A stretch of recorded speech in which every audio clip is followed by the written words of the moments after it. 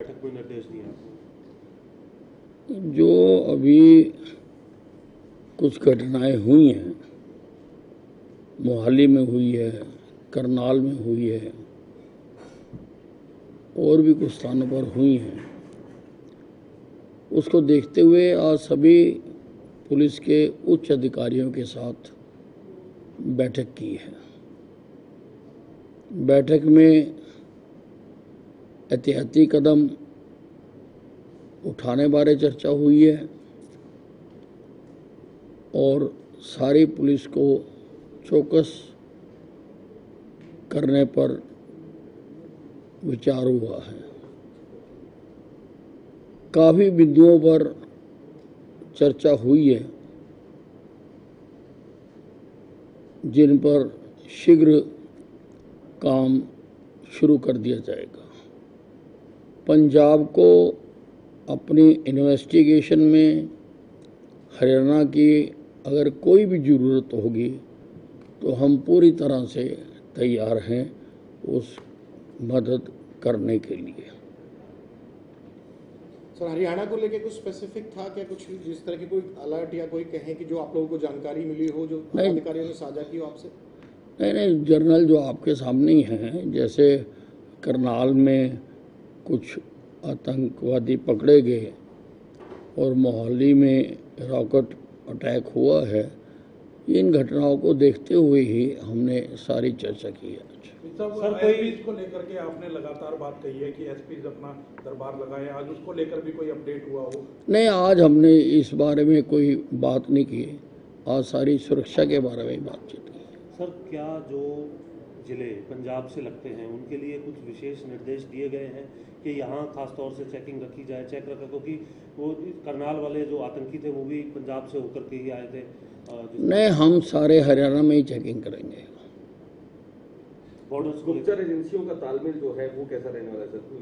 कई तरह की एजेंसी जो है वो काम करती हैं। नहीं, हमारी सारी एजेंसियां मिलकर काम कर रही हैं। सब कुछ घटनाएं हुई हैं, जैसे हिमाचल में पोस्टर लगा दिए गए एक सरकारी बिल्डिंग पे, विधानसभा पे, इस तरह की घटनाएं ना हो, क्या इस तरह के निर्देश जारी हुए?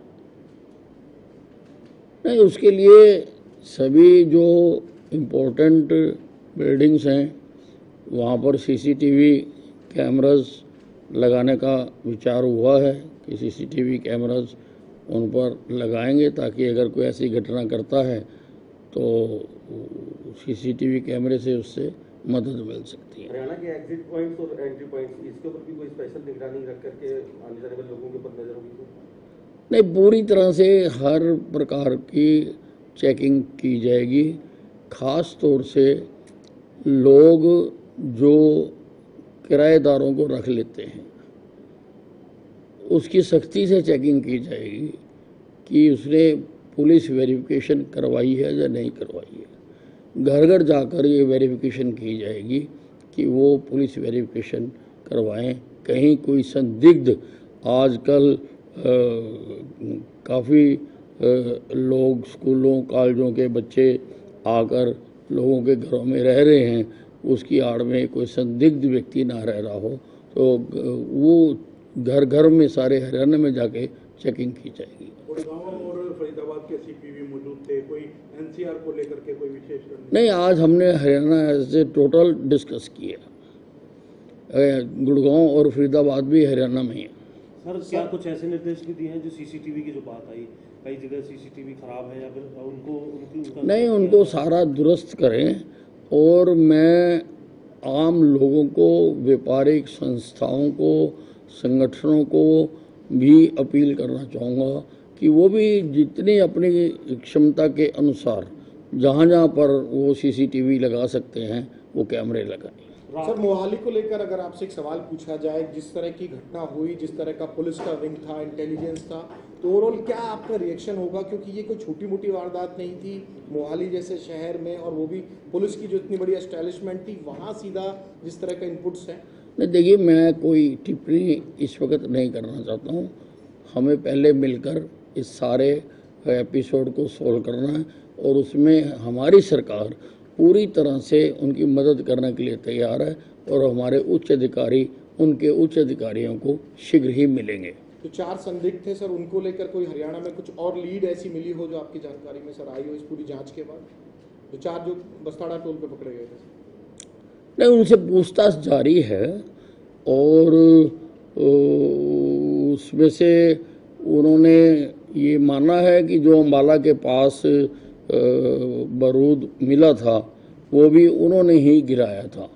तो उसकी फर्दर जांच कर रहे हैं, फर्दर इन्वेस्टिगेशन कर रहे हैं कि वहाँ जो गिराया गया था किस मकसद के लिए गिराया गया था। तो उनकी निशानदेही पे और भी कुछ बरामदगी भी हुई है पंजाब से?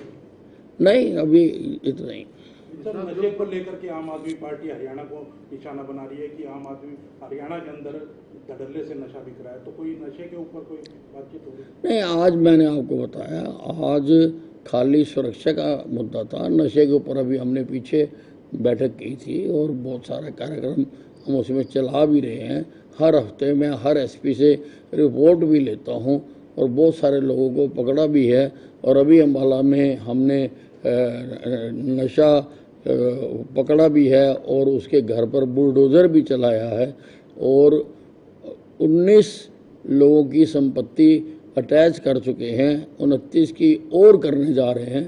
तो हरियाणा में नशे के बारे में तो हम कर रहे हैं। आज तो फोकस्ड था कि प्रदेश की सुरक्षा पर चर्चा की जाए। सर, आप सेटिस्फाई थे उन जो फीडबैक आपको दिया गया, जिस तरह तैयारियां पुलिस द्वारा की जा रही है? लग रहा है कि हाँ ठीक तरह से एक तरह से सिस्टमेटिकली चल रहा है हरियाणा पुलिस में? नहीं, सारे तैयार हैं, सारे पूरी तरह से सब जो तय किया गया है उसको लागू करेंगे और पूरी तरह से अपने प्रदेश को सुरक्षित रखने के लिए, अपना प्रदेश भी क्यों, आसपास भी जहाँ पर हम काम आ सकेंगे हम काम आएंगे। सर, हरियाणा की तमाम जो बिल्डिंग्स हैं, सुरक्षा से संबंधित बिल्डिंग्स हैं, उनके ऊपर सीसीटीवी कैमरास वगैरह खुले हैं?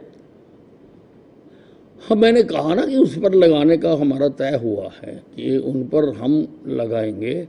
और क्योंकि एकदम तो हम सारे प्रदेश में लगा नहीं सकते हैं, इसीलिए संस्थाओं को, समाज सेवी संस्थाओं को, धार्मिक संस्थाओं को, व्यापारिक संस्थाओं को, सामाजिक संस्थाओं को मैं अपील कर रहा हूँ कि अपनी तरफ से वो जितने भी लगा सके, वो बहुत योगदान देते हैं, प्रदेश का, सरकार का बहुत योगदान देते हैं, तो वो लगाएं।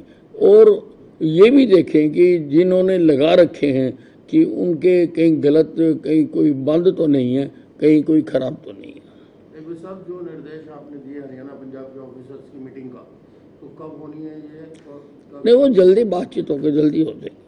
सर, दोनों घटना अगर हम देखें, करनाल की घटना में भी हमने सुबह 4 बजे उन आतंकियों को पकड़ा था और पंजाब के मोहाली में भी देर शाम घटना हुई।